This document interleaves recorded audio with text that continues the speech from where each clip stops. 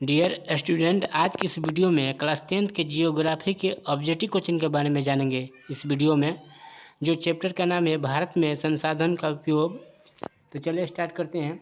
First में सवाल दिया, ध्यान से यहाँ पर देखिए।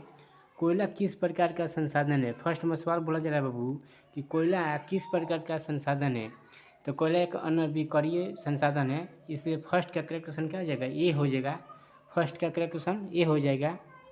ये भी वीवीआई ऑब्जेक्टिव क्वेश्चन है, क्लास 10th के जियोग्राफी का ऑब्जेक्टिव क्वेश्चन है। ये 2024 में क्वेश्चन आ सकता है।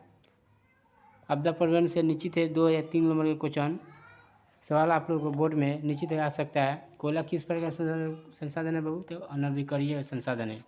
चलिए नेक्स्ट सवाल देखा जाए। नेक्स्ट सवाल बोला जा रहा है 2 नंबर, द्वितीय पृथ्वी सम्मेलन कहाँ हुआ? जो द्वितीय पृथ्वी सम्मेलन हुआ था बाबू, वो कहाँ पर हुआ था? तो 2 के लिए भी 4 ऑप्शन है। ए में दिया है न्यूयॉर्क, बी में दिया पेरिस, सी में दिया मॉस्को। यानी 2 का हमारा करेक्ट ऑप्शन डी हो जाएगा। इनमें से कोई नहीं है, क्योंकि जो द्वितीय पृथ्वी सम्मेलन हुआ था बाबू, पेरिस में नहीं हुआ था, ना मॉस्को में हुआ था, इसलिए 2 का करेक्ट ऑप्शन क्या हो जाएगा? डी हो जाएगा। चलिए नेक्स्ट सवाल देखा जाए।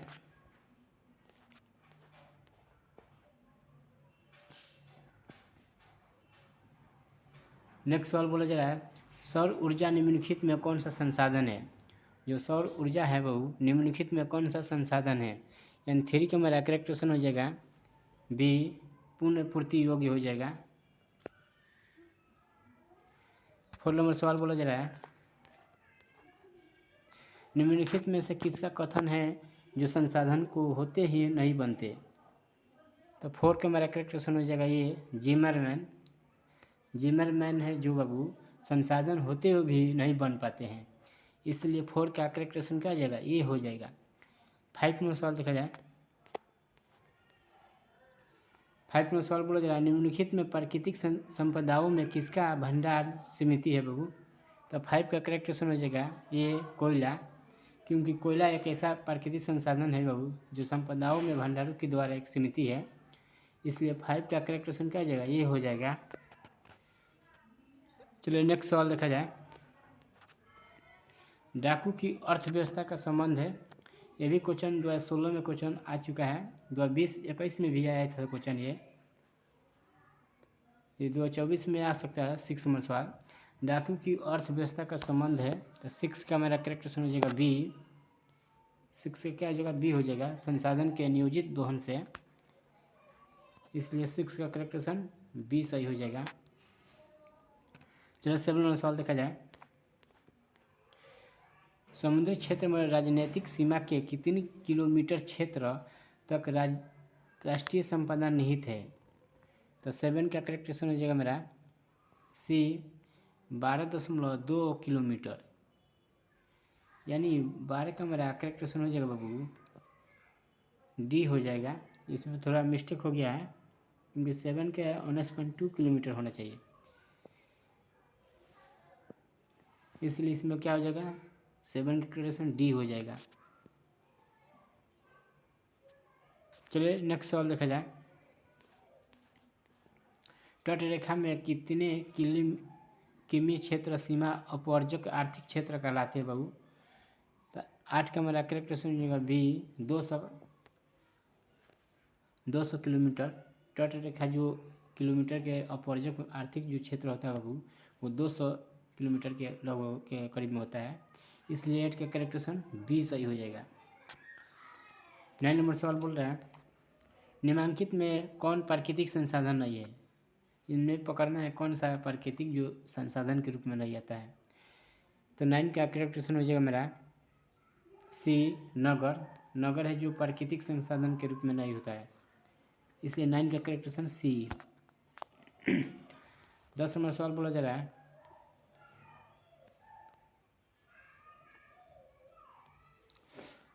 10 नंबर सवाल बोला है प्रथम पृथ्वी सम्मेलन किस देश में आयोजित किया गया था? प्रथम मैंने पहला पृथ्वी जो आंदोलन हुआ था बाबू, वो किस देश में किया गया था? इसलिए 10 का करेक्ट ऑप्शन डी हो जाएगा, क्योंकि ब्राज़ील में हुआ था। प्रथम पृथ्वी सम्मेलन जो हुआ था बाबू किस देश में? तो ब्राज़ील देश में हुआ था। इसलिए 10 का करेक्ट ऑप्शन डी हो जाएगा। 11 नंबर सवाल बोला जा रहा है, बांधों में जल किस संसाधन वर्ग का उदाहरण है?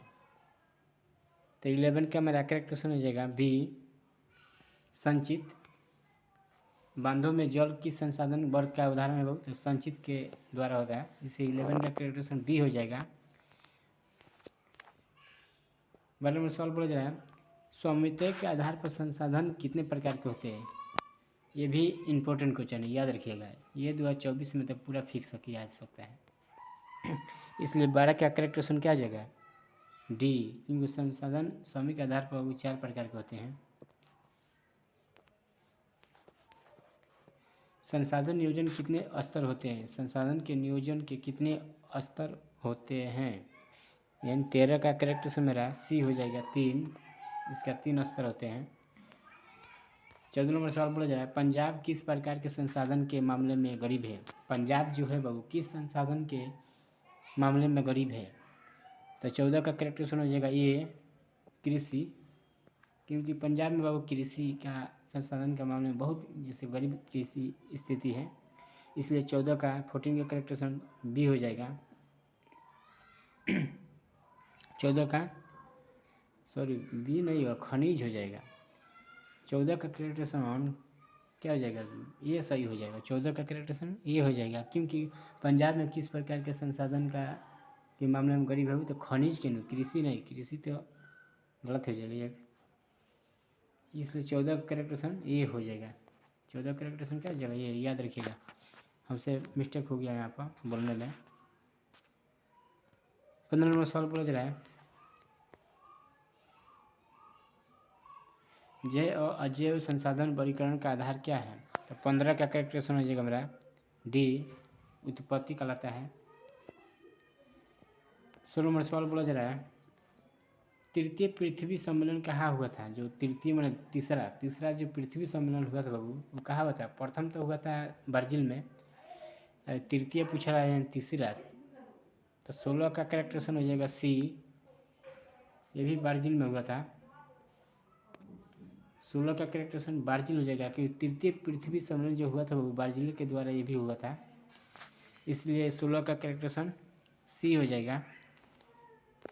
17 में सवाल बोला जाए, इनमें से कौन अजैव संसाधन नहीं है? इनमें से कौन अजैव संसाधन नहीं है? तो 70 का करेक्ट ऑप्शन मेरा हो जाएगा ए, वनस्पति।